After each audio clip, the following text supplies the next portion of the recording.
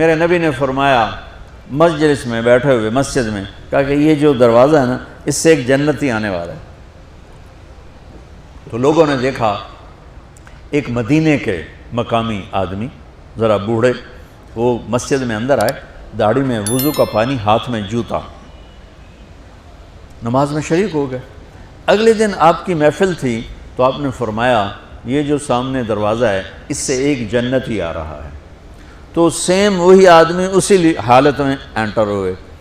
اگلے دن ہوا تو آپ نے کہا اس دروازے سے جنتی آنے والا ہے، ٹھیک وہی آدمی اسی حالت میں انٹر۔ اس مجمع میں ایک صحابی بیٹھے ہیں، ان کا نام ہے عبداللہ بن عمرو۔ یہ 1,24,000 صحابہ میں ان کی ایک اسپیشلٹی ہے کہ یہ سب سے زیادہ عبادت کرتے تھے، سب سے اتنی عبادت کسی نے نہیں کی۔ ساری رات نفل پڑھتے تھے، سارے دن کا روزہ رکھتے تھے، اور دن رات میں ایک قرآن ختم کرتے تھے۔ کوئی ہمارے جیسا اول تو کر نہیں سکتا، کرے گا تو چوتھے دن پاگل ہو جائے گا، دماغ خشک ہو جائے گا، اور انہوں نے نبھا کے دکھایا۔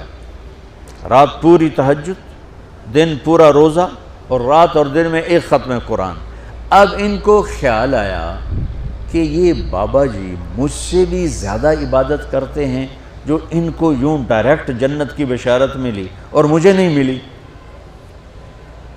تو میں دیکھتا ہوں یہ کون سی عبادت کرتے، کیا یہ ساری رات سجدے میں پڑے رہتے ہیں، رکوع میں کھڑے رہتے ہیں، قیام میں کھڑے رہتے ہیں، کیا کرتے ہیں؟ تو ان کے پاس پہنچ گئے، چاچا کوئی تھوڑا والد صاحب کی ناراضگی ہے، دور رہنا چاہتا ہوں، 2-3 دن ٹھہر جاؤں آپ کے پاس؟ ہاں ہاں ہاں بیٹا آ جاؤ آ جاؤ آ جاؤ۔ اب عشاء کی نماز کے فوراً بعد انہوں نے چادر اوپر لی اور چادر میں یوں سوراخ کیا اور یوں لیٹ کے دیکھنے لگے کہ اب یہ بزرگ کیا کرتے ہیں۔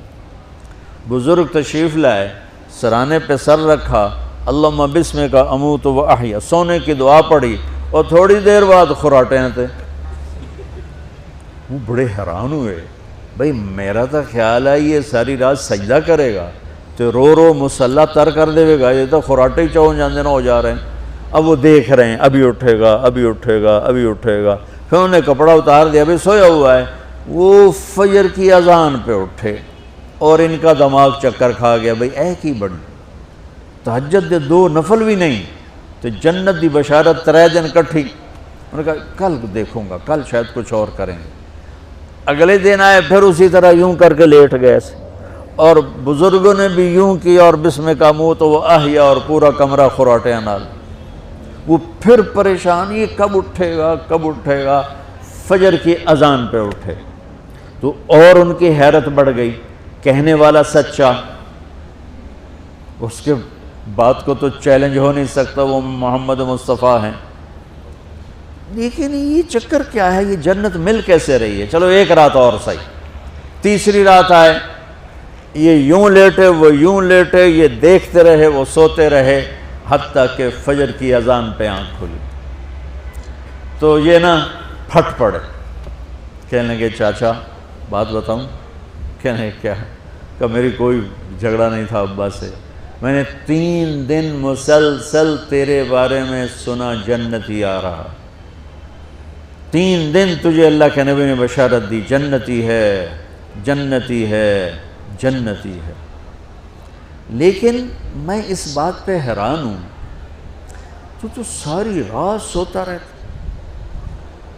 اس زمانے میں منافق بھی تہجد نہیں چھوڑتے تھے، فرض نماز تو فرض نماز ہے، منافق بھی تہجد نہیں چھوڑتے تھے۔ تو کہنے لگے کیا کرتے ہو؟ ساری رات تو سوتے گزار دیتے ہو، کیا کرتے ہو؟ کہنے لگے بھتیجے جو تو نے دیکھا ہے یہی کرتا ہوں۔ اب یہ پریشان ہے کہ اللہ کے نبی کی بات کو تو چیلنج ہو نہیں سکتا، اور جس کو بشارت دی ہے انہوں تے فٹ نظر نہیں آ رہی کہ کیسے تو نفل آج کہ نیک لوگ تہجد نہیں چھوڑتے۔ تو کہنے لگے اچھا چلو اللہ نے ایسا ہی، اللہ کی مرضی، اللہ کے نبی کی مرضی۔ یہ 4 قدم چلے تو آپ سننا، کہا بھتیجے ادھر آؤ، کہا بیٹا ادھر آؤ، آ گئے۔ کہنے لگے اب تو میں اصلی بات بتاؤں، اب تو میں اندر کی بات بتاؤں؟ انہوں نے کہا کیا ہے کیا ہے؟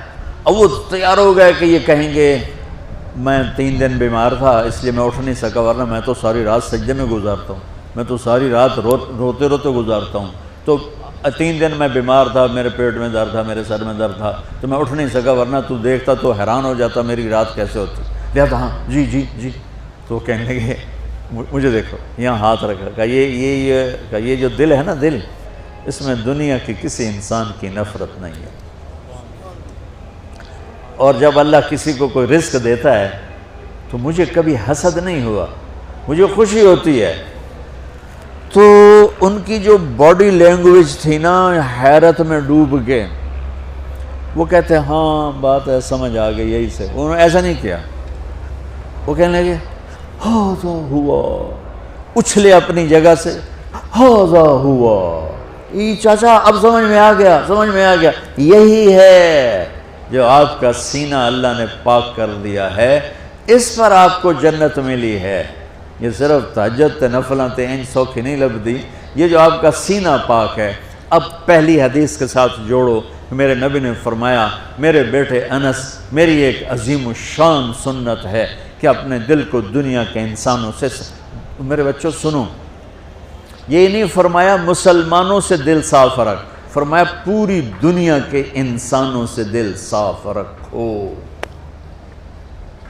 یہ بچیاں کر لیں، آپ کر لو، میں کر لوں، یہ تمہارے استاد کر لیں، کوئی کر لے، میرے رب کی قسم بڑے بڑے عبادت گزار ان کی پرواز کو نہیں پکڑ سکتے، بڑے بڑے سجدہ کرنے والے اور رکوع کرنے والے نفلی ان کی پرواز تک نہیں پہنچ سکتے۔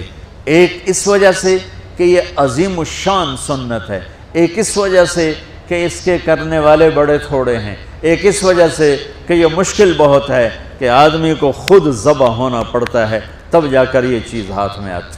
ایسے نہیں ہے کہ تہجد کے لیے نیند قربان کر دی، ہم جماعت میں گئے 40 دن کے لیے تھوڑا روکھا سوکھا کھا لیا اور گھر کی جدائی برداشت کر لی، یہ پل پل کی موت ہے، پل پل کی عزت نفس پہ چھریاں ہیں، اور پھر یہ مسکرا کے چلتا ہے، یہ مقام اسے جبریل سے بھی اوپر لے جاتا ہے۔